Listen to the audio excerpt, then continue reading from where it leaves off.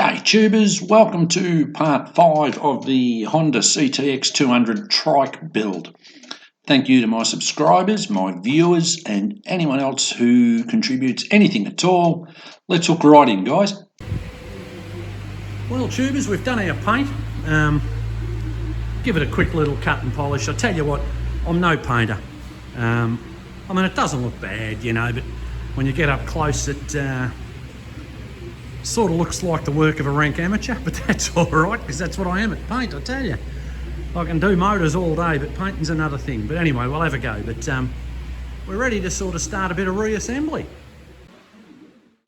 That's the swing arm on, guys. It's all just loose at the moment. I don't even know if I've got those cranks down there in the right spot. Cranks or whatever you want, that linkage, whatever you want to call it. Seems to be working all right, but yeah, we'll see. And of course I've got to put my bracket for my battery in there, so that's just all loose at the moment. Next thing, we'll put the triple clamp set on and get the front shocks in, and then we're basically dealing, you know, with a basic frame there. Start thinking about wheels and stuff like that. Forks are on, guys. A lot of this stuff's just sitting there at the moment. Not sitting there, but I mean, not finally tight. There's probably things that I may have to put on, take off, so on and so on.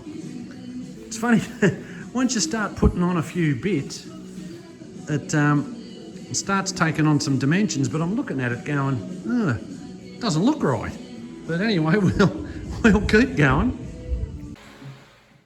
We're going to start on the rear axle guide, well, specifically the sprocket, drive sprocket. That is a 6mm keyway. Unfortunately, that slot is 8. I can't cut an 8mm key in that. I don't have the broaches to do it. So that's a project I'll probably work on down the track. The broaches are a bit expensive. What I'm going to do is put this shaft in the mill, and I'll get a 6mm bit, and I'll just cut a slot in between those sort of lines there, you know, probably 180 degrees opposite.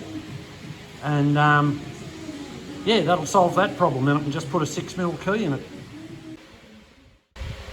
That's the keyway cut, guys. Gear seems to go on all right. I mean, it's a tight fit. That's 25mm, that's 25mm, so I think they call that an interference fit. It's not a press fit, but an interference fit. I could be wrong. Seems okay. Now, the only thing that concerns me is that's the drive. So all the load's on that, and we're only running a 6mm key. So if it doesn't work out or it strips it or whatever, I'll get an 8mm broach and broach it out to 8mm, and I can use the standard key. Should be all right. I'm not going to be loading it up that much, so yeah, should be okay. But yeah, come up all right. Rear axle's in, guys. Put those retaining collets on. Done my measurements either side so it's equal. I'm hoping there's no sideways movement. These are not in place yet. That's very close. That's not. That's got to go a lot closer to that caliper mount. But I can't do that yet until I get the caliper. So these aren't actually tight yet, but they're in, and that's, as I say, that one's very close. Rotates beautifully. As I say, they're running fairly true. Yeah, so far so good. It's starting to look like something. Tell you what, guys, this is the fun stage of anything like this. I mean, I've done hot rodding cars and so on, you know, but everything's clean. You're starting to put it back together, and you're starting to see your vision. Now, I don't know how good this thing's going to be. It might not steer, it might not brake, it might not do anything, but it's starting to look like it's going to be a bit of fun. It's coming together slowly. I don't know what it's going to look like with that front wheel on it. Probably bung that on tomorrow. Motor's got to go in shortly because I've got to, you know, a lot of things got to go around the motor. So, but yeah, it's starting to look like something. Well, the battery bracket went in okay, guys. You saw all this when I was doing the fabrication part. That's the clamp just to hold the rear. The front is clamped by that shocker mount bolt. But if you look in there, a bit hard to see, you'll see I've actually put spacers in the bracket. So it's not clamping the battery too hard. It's firm, but it's not going to smash the bloody plastic casing. So it should be all right. And the battery's quite solid. I don't think it'll go anywhere. It's well out of the way, of course. I've got to run an exhaust here somewhere. That's going to be the only hard part. I'll have to get someone to do that bending. I can't do that. Just drop the motor in, guys. Very easy. Because the motor basically makes the lower half of the frame, if that makes sense. No, it goes in quite easy. It's just sitting there loosely. All the bolts are in. But yeah, it's all got to be tightened up. But I won't do that until I'm sure everything is sort of lining up basically how it's supposed to. Looks all right at this point. Yeah, not looking too bad. Sprockets, you can see the front sprocket in there. A bit hard to see. I've got to put a straight edge across it, but looks pretty close. I have to make a slight adjustment to that rear sprocket, but yeah, it looks pretty smart with the motor in. Well, you start to get the idea, guys. Doesn't look too bad. Should be a little bit of fun, if nothing else. As I say, I wanted a ATV tyre, or ATC or ATV tyre for the front. But as we know, and as I said, the triple clamp set is not wide enough. So I've had to go with a motorbike tyre. Got a smaller one just so it's sort of in proportion with the back wheels. Went on all right. I mean, that's easy enough. Just machined a couple of aluminium spacers to centre up the wheel. Yeah, don't really have to do much more than that. But what I don't like is, maybe I'm being a bit fussy. It is a prototype. The battery isn't sitting sort of really level. I fucked up my ride height during fabrication. So I'm just trying to think, is there an easy way I can shorten this without doing too much bloody damage? We're going to find out. We're going to screw around with it and see what we can come up with. Yeah, continuing reassembly, guys. Just put the ignition coil in. Just watch, like that has to be earthed. Just watch if you've got painted surfaces. Just make sure there's a clean metal surface underneath, just so you get a good earth. If it doesn't earth, it won't bloody well work, I suppose. Putting the kill switch and the starter button on, guys. If you looked in how it clamps up, there's a little lug in there. You have to drill a little hole for that and slide it in just so it all locates and hold its position. Put your throttle on first so you get your spacing, and yeah, you know, you've got a little bit of adjustment there if you want to move the handlebars to another position. Throttle's on, guys. Just run your cable nice and, you know, straight as you can get it, and also where it's not going to interfere with anything. I don't know how that'll go with the tank. To be honest, I can't remember where it ran.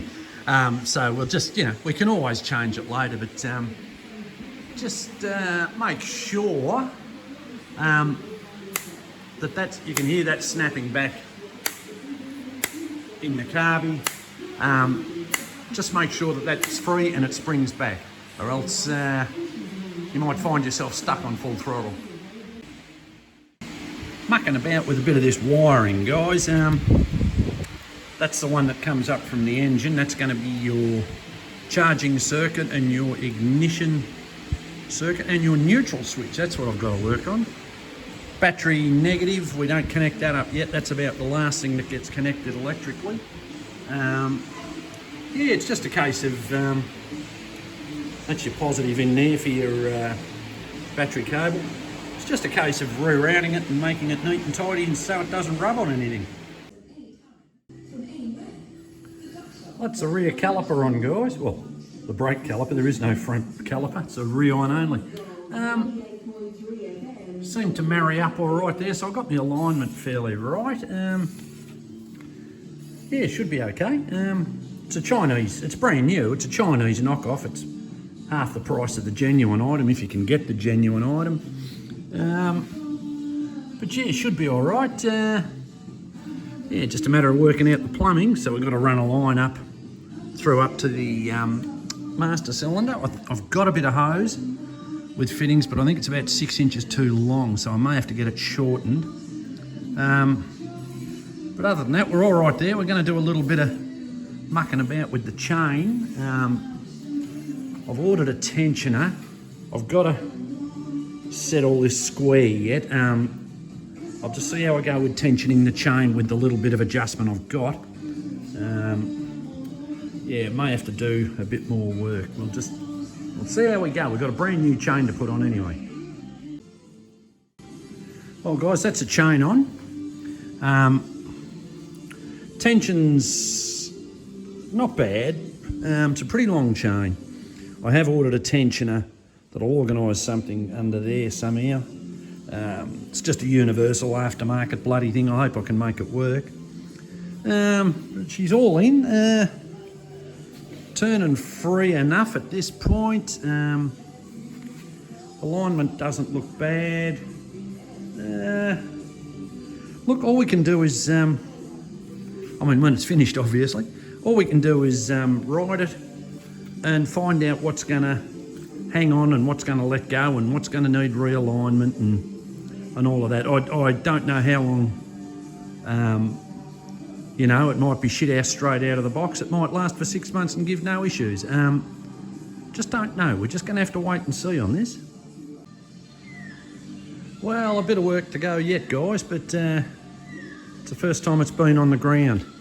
I've just worked out the brake pipe.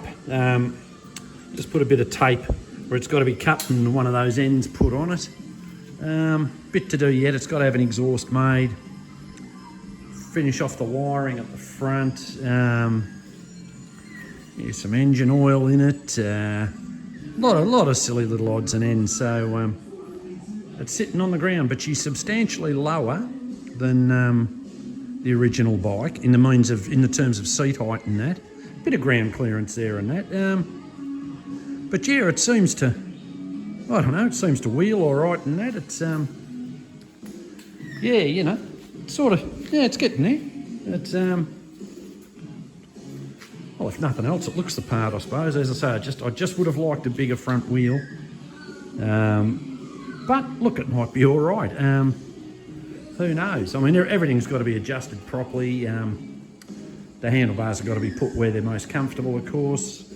Got to put foot pegs on it, which will go there. Yeah, and of course, get the bloody thing. The tanks over there on the bench, that's still got to be cut and polished. And yeah, get it running and see if everything actually works on it. So, bit to go yet.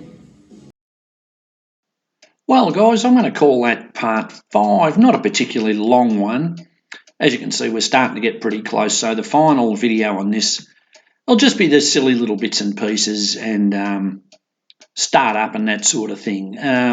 That could be a couple of weeks off. I've got to get a custom exhaust made, as you know. Waiting on a few parts. I haven't even got a muffler yet.